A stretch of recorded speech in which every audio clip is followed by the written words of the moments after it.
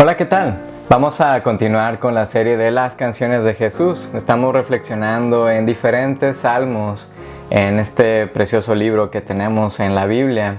Estamos viendo diferentes salmos escritos por diferentes autores, bajo diferentes circunstancias también. En este caso vamos a ver el Salmo 69, la canción de la bendición. Voy a hacer lectura en la versión de la Biblia de las Américas. Es un salmo un poco largo, así que os pido paciencia, pero podéis seguir la lectura en la pantalla. Y dice así: Sálvame, oh Dios, porque las aguas me han llegado hasta el alma. Me he hundido en cieno profundo y no hay donde hacer pie.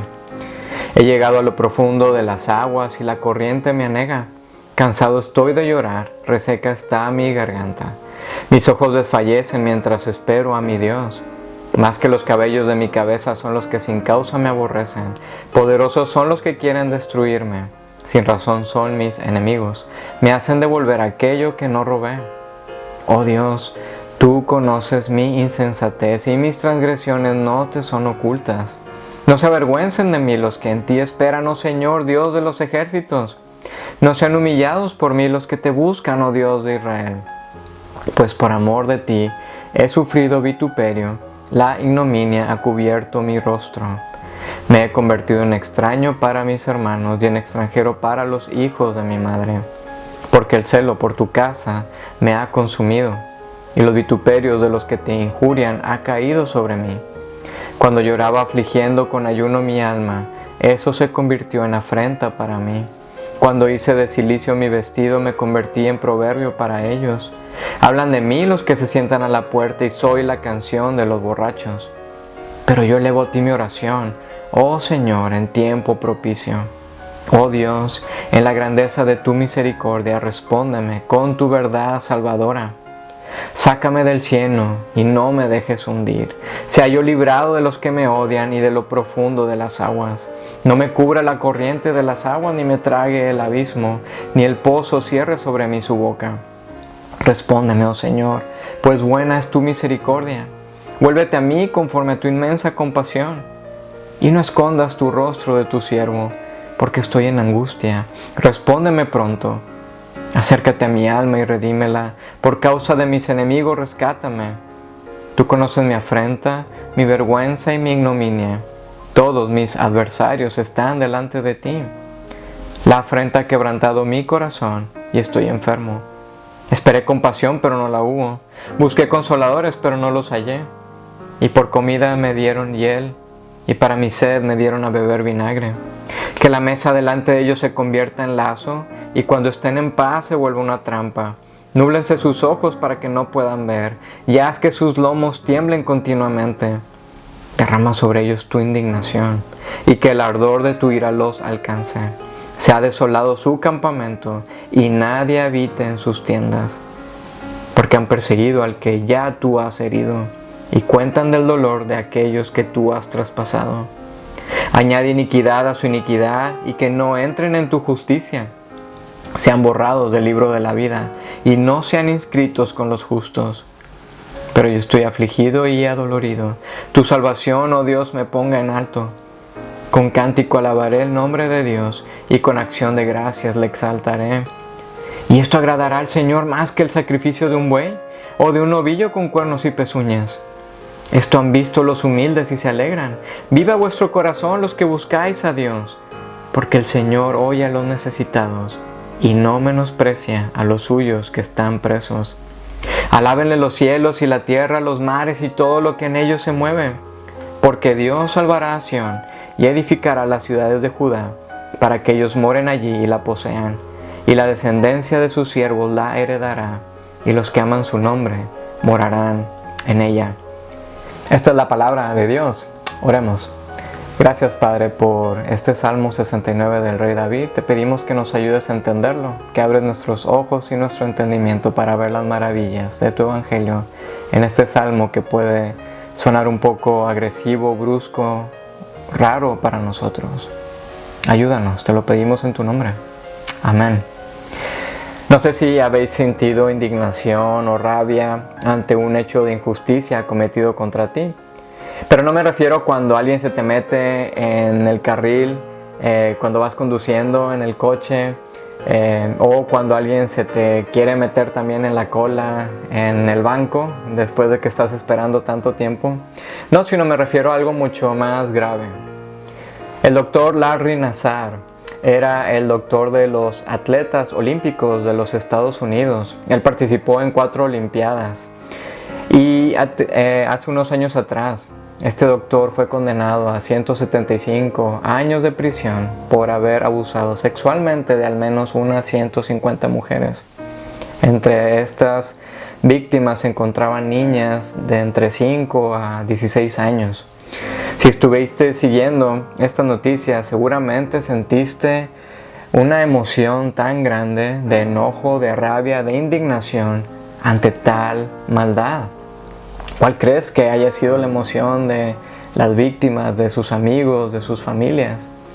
Creo que tal vez todos, al escuchar este tipo de historias, se nos mueven las entrañas por un clamor de justicia. ¿Qué haríamos si el destino de este doctor estuviera en nuestras manos? ¿Qué tipo de justicia aplicaríamos? Es más, ¿la vida de este doctor estaría seguro en nuestras manos? Este Salmo 69 del rey David, encontramos un gran clamor de dolor y sufrimiento. Es un gemido tan grande debido a un acto de injusticia. David está indignado, está consternado, está dolorido. Esta canción está totalmente cargada de emociones, seguramente lo habéis notado. Y durante su terrible lamento tenemos un crescendo en los versículos del 22 al 28, donde encontramos la indignación de David ante la maldad. Y hay palabras muy fuertes y duras. David está maldiciendo a sus enemigos, está deseando que sufran. Este salmo está dentro de un grupo de salmos escandalosos, conocidos como salmos imprecatorios. Tal vez suena muy intelectual esta palabra, pero imprecatorio significa que es un deseo de que alguien sufra un mal. En los salmos, estas imprecaciones son el resultado de una injusticia y un acto de maldad. Es ese deseo de venganza por una injusticia cometida, ya sea hacia nosotros o hacia los demás. Y todos los humanos tenemos un deseo de justicia. Todos nos indignamos cuando escuchamos historias como la de este doctor. Pero por ejemplo, si dejamos este salmo aislado de todo el documento bíblico, muy seguramente va a ser la excusa para el agnóstico o el ateo en señalar la Biblia como un documento primitivo y salvaje. Pero incluso el agnóstico y el ateo se indignan ante la maldad, pero no se quieren mojar cuando estamos hablando acerca de la existencia del mal. C.S. Lewis, en su libro Reflexiones sobre los Salmos, comenta algo muy interesante. Si los judíos maldecían más amargamente que los paganos, era en parte porque creo que ellos tomaban lo bueno y lo malo mucho más seriamente. Este salmo no está aislado, sino que está muy conectado con todo el resto de la Biblia, más de lo que podamos imaginar.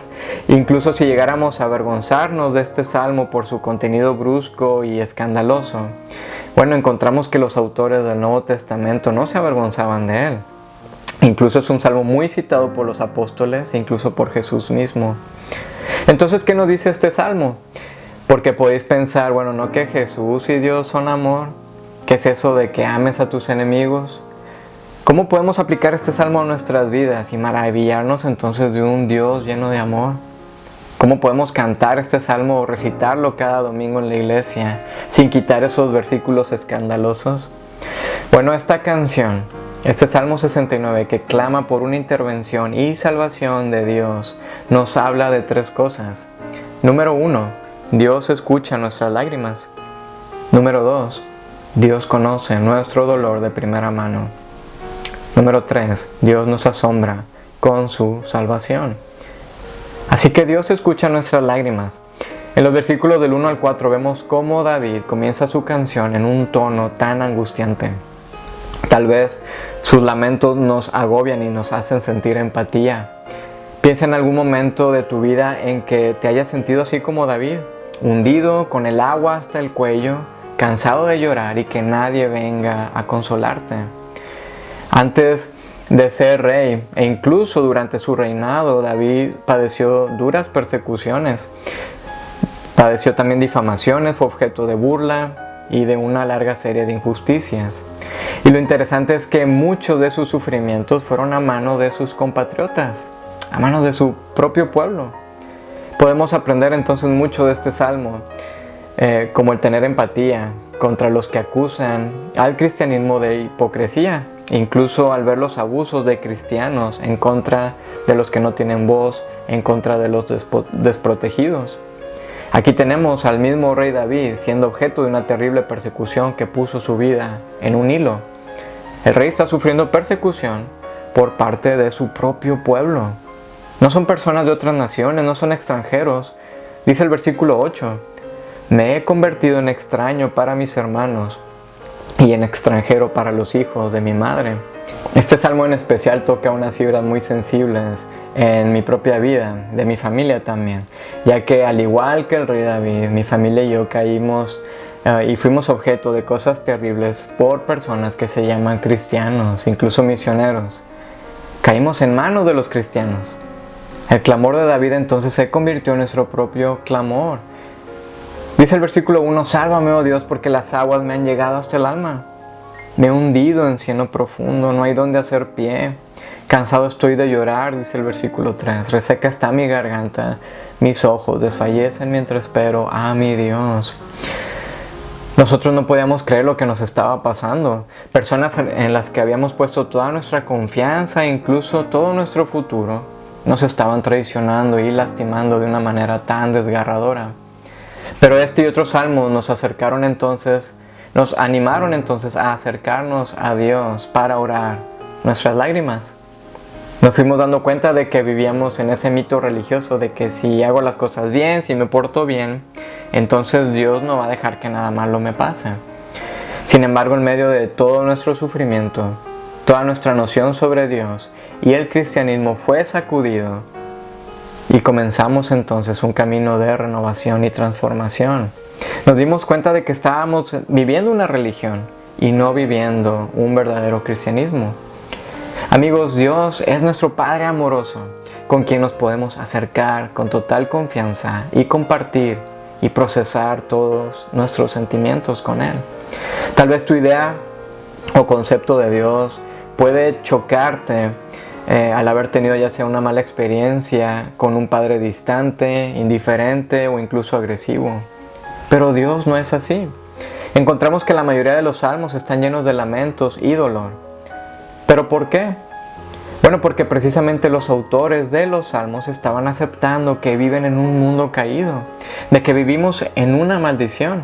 Vivimos en un mundo donde las relaciones están rotas y lo que encontramos al final es abuso y corrupción. Pero también los autores de los salmos miraban a los cielos y encontraban que tenían a su favor a alguien mucho mayor que cualquiera de sus problemas. Tenían a Dios mismo. ¿Podéis creerlo?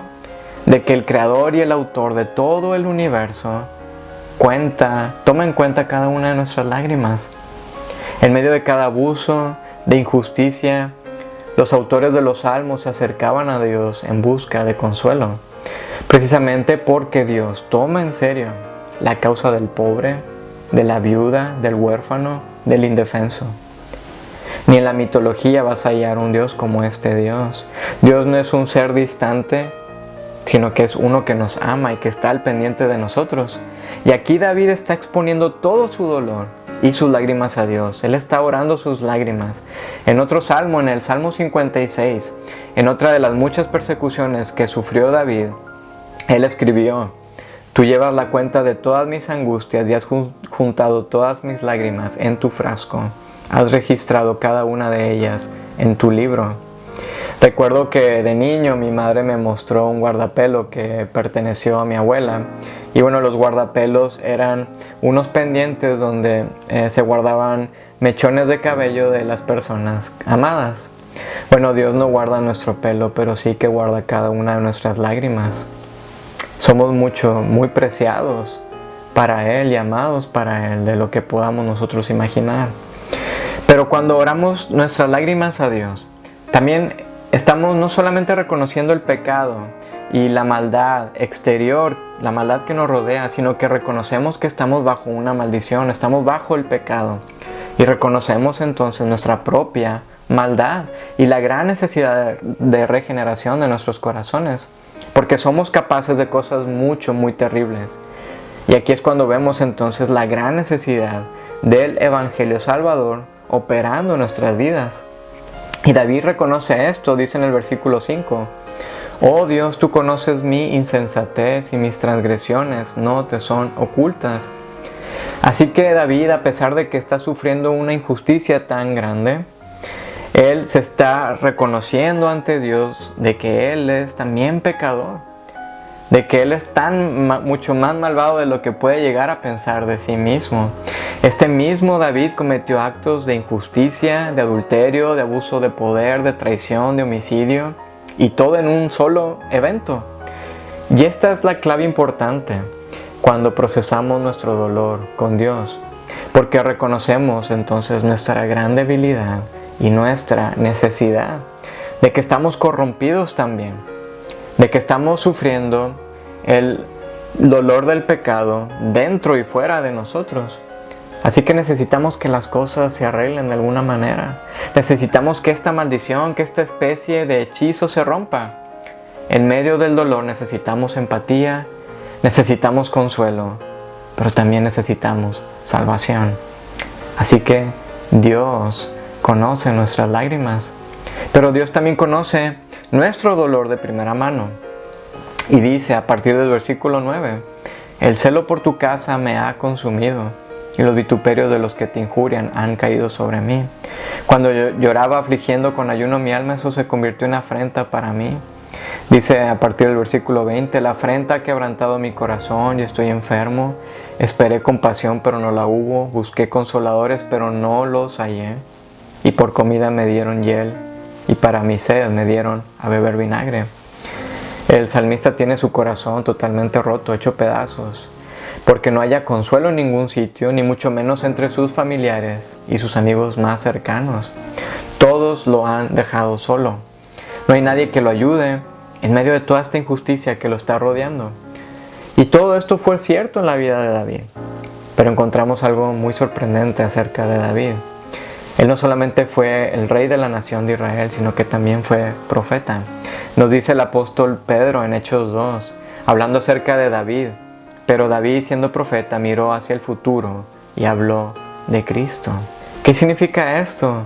Bueno, de que David fue profeta, pero también de que David era la sombra de algo mucho más grande que estaba por venir.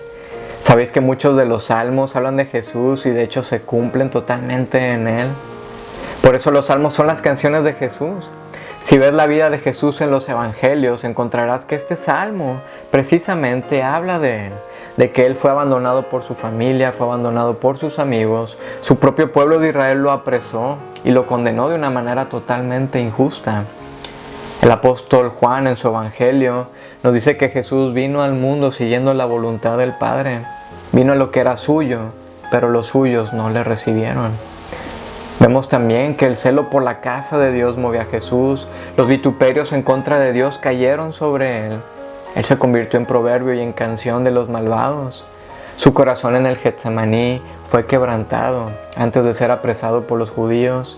No hubo quien lo consolara, ni siquiera sus amigos, porque se quedaron dormidos cuando Jesús estaba orando. Y vemos también cómo en la cruz a Jesús le dieron hiel y en vez de agua le dieron a beber vinagre.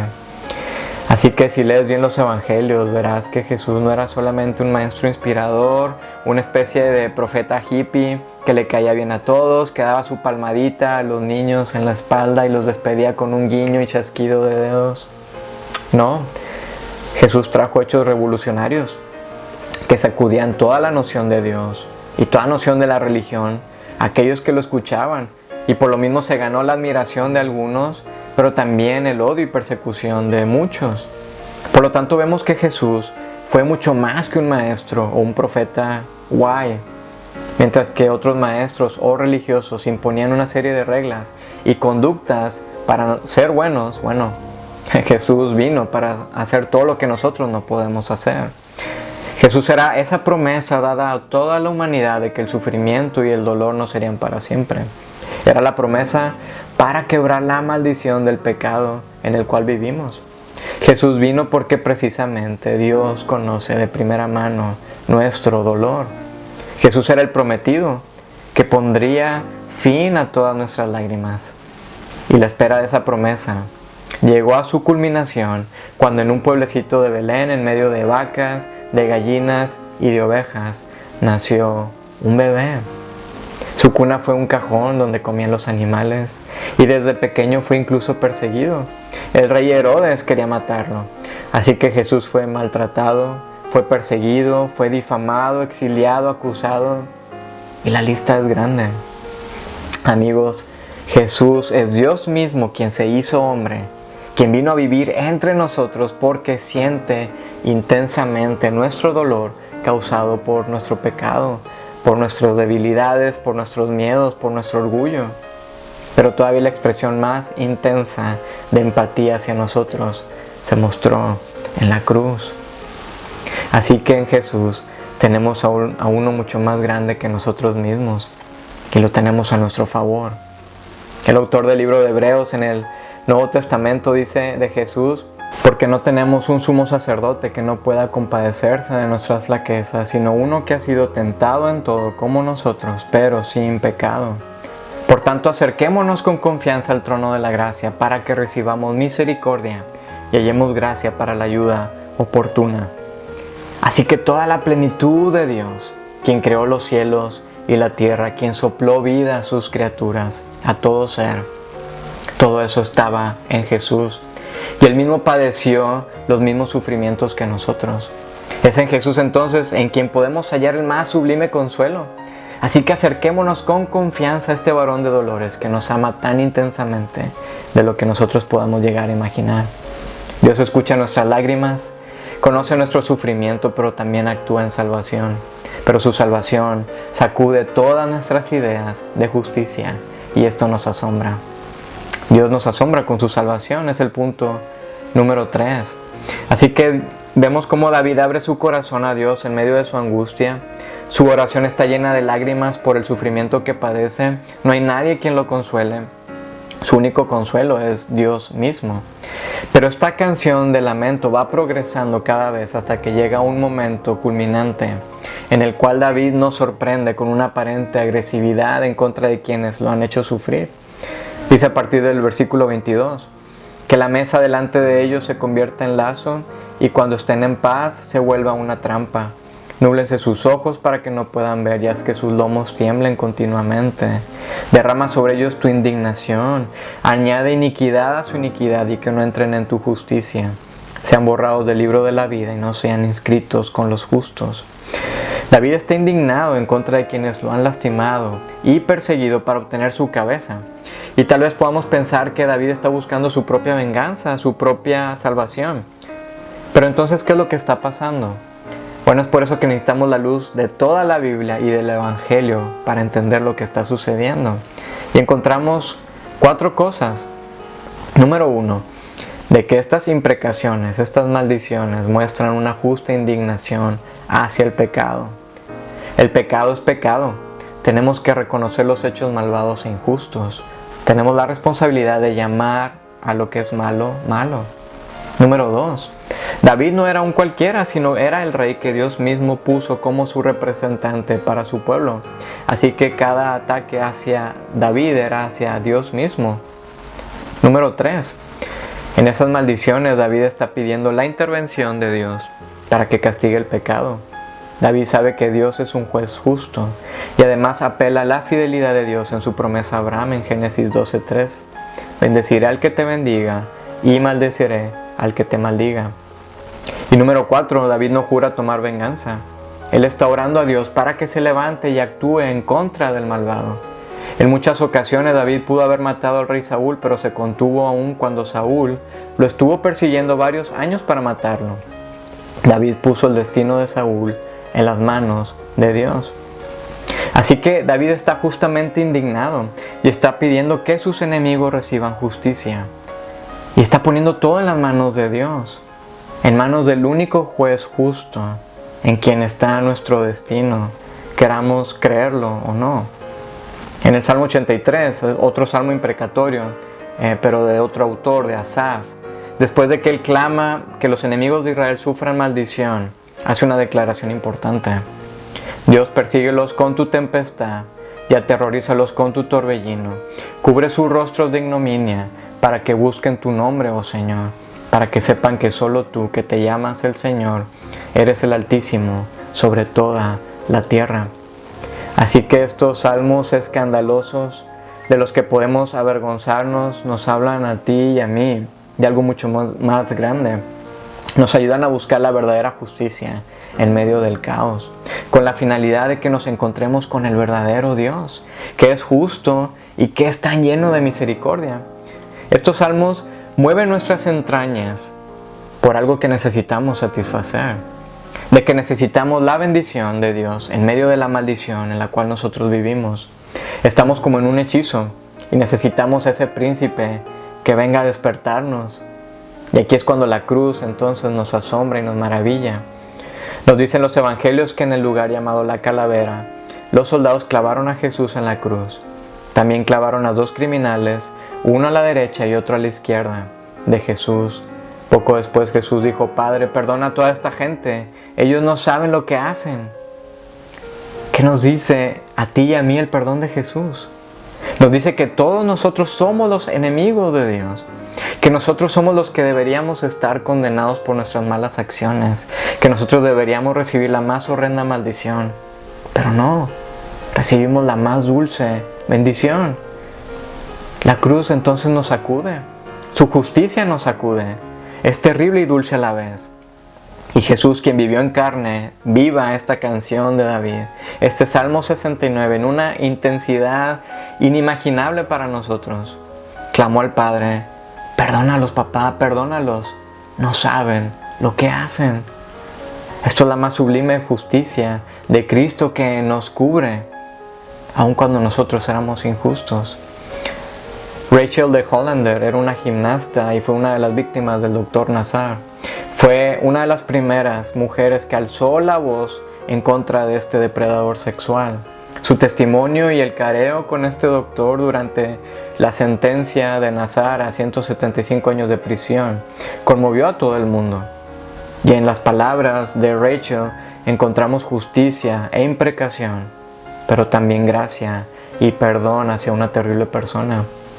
Ella dijo: oro para que experimentes el aplastante peso de la culpa, para que algún día puedas experimentar el verdadero arrepentimiento y el verdadero perdón de Dios. Lo que necesitas mucho más que mi propio perdón, aunque eso también te lo extiendo a ti. ¿Cómo es posible que esta chica, que desde los 15 años, que fue abusada en varias ocasiones por este doctor, pudiera decir estas palabras? Es solamente por el poder transformador del Evangelio. Es un poder que no tenemos, porque nosotros no podemos perdonar a aquellos que nos maldicen, a aquellos que nos tratan mal. Pero gracias a la obra de Jesús y cuando escuchamos su gran perdón y bendición hacia nosotros en la cruz, es que nosotros entonces podemos extenderlo a nuestros enemigos, para que ellos entonces puedan experimentar arrepentimiento y el perdón de Dios. Por eso el Evangelio es contracultural. El Evangelio nos sacude, nos conmueve, nos sorprende. Solamente por el Evangelio es que entonces tiene sentido las palabras de Jesús de que amemos a nuestros enemigos. Porque no podemos nosotros mismos. Solamente levantamos maldiciones contra ellos, ya sea en pensamiento o en hecho. Y es por eso que la salvación de Dios es totalmente asombrosa. Necesitamos ser salvados de nosotros mismos. Y entonces Dios cambia la maldición en bendición y lo hace a través de Jesús. Sus milagros fueron testimonio de ello. Este mismo Evangelio puede transformarte a ti. Dios quiere que vivas una vida totalmente diferente a lo que puedas llegar a imaginar. Al final de su canción, David nos invita a ser parte de esta gran bendición y salvación de Dios. Y dice a partir del versículo 32, animaos vosotros los que buscáis a Dios, porque el Señor oye a los necesitados y no menosprecia a los suyos que están cautivos. Alábenle los cielos y la tierra, los mares y todo lo que en ellos se mueve, porque Dios salvará a Sión y edificará las ciudades de Judá, para que ellos moren allí y la posean, y la descendencia de sus siervos la heredará, y los que aman su nombre morarán en ella. Animaos, amigos, Dios escucha cada una de nuestras lágrimas, porque Él conoce también de primera mano nuestro dolor. Y aún en medio de la maldición que nos rodea, Él nos invita a participar de su gran bendición. Así que acerquémonos con confianza a ese gran trono lleno de gracia, para que recibamos misericordia, amor y sí, de su gracia que es tan grande hacia nosotros. Amén.